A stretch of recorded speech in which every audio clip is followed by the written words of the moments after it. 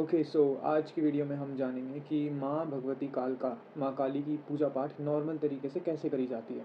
क्योंकि देखो बहुत सारी वीडियोस आपको ऐसे मिल जाएंगी कि माँ काली को ये भोग दो तो ये हो जाएगा, ये उपाय कर दो तो ये हो जाएगा। बट इस वीडियो में हम जानेंगे कि आप नॉर्मल पूजा पाठ कैसे कर सकते हैं। क्योंकि देखो कई लोग हैं, लाइक मोस्ट ऑफ अस, हमारा गुरु नहीं होता है। ज़्यादातर लोग ऐसे हैं जिनका गुरु नहीं है, तो वो माँ काली को बहुत ज़्यादा प्रेम करते हैं और उनके पास कोई एक राह नहीं पकड़ पा रहे हैं वो कि माँ की सेवा अर्चना नॉर्मल पूजा पाठ कैसे करी जाए। बिकॉज बहुत सारे डाउट्स हैं कि क्या भोग में दिया जा सकता है, क्या ये चीज़ करी जा सकती है, क्या वो चीज़ करी जा सकती है। तो उन्हीं के रिगार्डिंग आज हम बात करेंगे। तो सबसे पहले हम बात करते हैं कि भोग प्रसाद जो होता है माँ का, वो क्या क्या दिया जा सकता है। क्योंकि पूजा पाठ मेनली इसी के अराउंड रिवॉल्व करेगी, क्योंकि इन्हीं चीज़ों में आपको सबसे ज़्यादा डाउट होगा। तो माँ को क्या भोग प्रसाद आप दे सकते हैं। तो सबसे पहले तो मैं ये बताना चाहूँगा कि भोग प्रसाद एज सच इतना ज़्यादा इम्पॉर्टेंट नहीं है नॉर्मल पूजा पाठ के अंदर। बिकॉज माँ जो चाहती है वो सबसे ज़्यादा आपका भाव चाहती है, भोग से ज़्यादा वो आपके भाव पे चलती है। तो पहले आप जो है भाव अपना प्रेम रखिए माँ से। हमेशा माँ को ये बोलिए, माँ अपने चरणों की धूल समझ के हमको अपने पास रखना, अपने बालक समझ के हमें अपने पास रखना और आशीर्वाद रखना, ठीक है। तो अब करते हैं भोग की बात। तो आप भोग में क्या दे सकते हो। सबसे छोटी से छोटी चीज़ हम देखी जाए तो आप मिश्री दे सकते हैं माँ को। क्योंकि ये एक ऐसी चीज़ है जो बहुत इजीली अवेलेबल होती है और ये कुछ भी एक ऐसी चीज़ नहीं है जिसको हम मना कर सके। किसी भी देवी देवताओं को मिश्री का भोग लगाया जा सकता है, तो माँ को आप मिश्री दे सकते हैं। पहली चीज़ होगी मिश्री।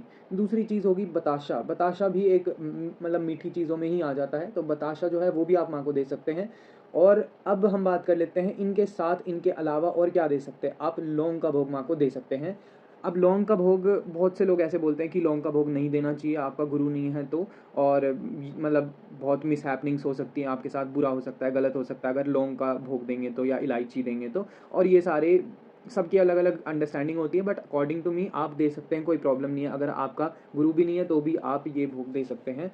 तो लौंग आप दे सकते हैं। अब लौंग कैसे दी जाए। आप ऐसे दे सकते हैं कि 5 पताशे दे रहे हैं, उनके साथ 2 लौंग दे देंगे, तो उसको बोल देते हैं लौंग का जोड़ा। तो आप 5 पतासे दे रहे हैं, 2 लौंग दे रहे हैं और 2 इलायची भी दे सकते हैं। इलायची देने में भी कोई प्रॉब्लम नहीं है, जैसे आप नॉर्मली लौंग दे रहे हैं वैसे ही माँ को इलायची भी दे सकते हैं।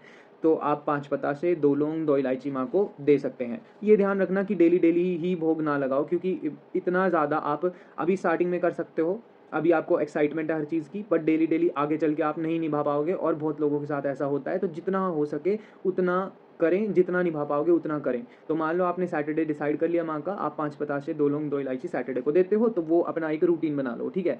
अब जैसे लौंग और इलायची है, ये आप बताशों के साथ तो दे ही सकते हैं, पर जैसे कि अभी मैंने बताया था कि मिश्री जो होती है, मिश्री के साथ भी आप लौंग और इलायची का भोग माँ को दे सकते हैं। तो ये एक बहुत बेसिक चीज़ हो गई। और बेसिक इन द सेंस कि मैं ये बता रहा हूँ कि स्टार्टिंग यहाँ से होती है। ये मत समझना कि बताशे और लौंग इलायची बहुत छोटा भोग होता है। ये माँ का बहुत प्रिय भोग होता है, लौंग और बताशे, और बहुत मेन भोग होता है, ठीक है। तो इससे माँ बहुत जल्दी प्रसन्न होती हैं और सारी आपकी मनोकामनाएं हैं उनको जल्दी से जल्दी माँ पूरा करती हैं।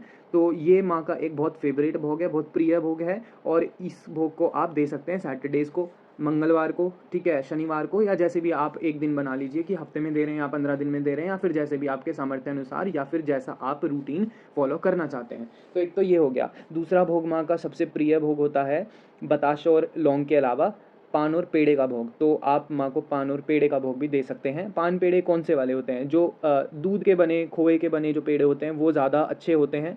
ना कि एक येलो और ब्राउनिश कलर के भी पेड़े आते हैं, उनसे ज़्यादा अच्छे वाइट वाले पेड़े होते हैं। तो सफ़ेद पेड़े 5 पेड़े और पान का भोग आप माँ को दे सकते हैं। अच्छा, तो 5 पेड़े और एक पान। पान कौन सा होगा, पान होगा पूजा वाला पान। अगर आप जाके पंसारी को बोलेंगे या मीठा पान बोल दोगे तो वो बना के दे देते हैं आपको। जाके बस उनको ये बोलना है कि एक पूजा वाला पान बना के दे दो मीठा, तो वो अपने आप बना के दे देगा, ठीक है। तो पान और पेड़ा हो गया, बताशे और लौंग हो गए, ये 2 बहुत मेन चीज़ होती है। अब देखो इनके अलावा एक और चीज़ होती है जो माँ को बहुत प्रिय होती है, वो होती है इमरती या जलेबी। तो इमरती या जलेबी का भोग भी लगा सकते हैं कि आपने 2 जलेबी दे दी, 4 दे दी, 5 दे दी, वो आपकी सामर्थ्य अनुसार होता है। तो ये चीज़ें हो गई नॉर्मल भोग, मतलब जो जो माँ को आप दे सकते हैं। इनके अलावा भी बहुत सारी चीज़ें ऐसी होती है जो कि माँ को बहुत प्रिय होती हैं। जैसे कि आप माँ को खीर का भोग लगा सकते हैं, ठीक है। खीर माँ को बहुत अच्छी लगती है।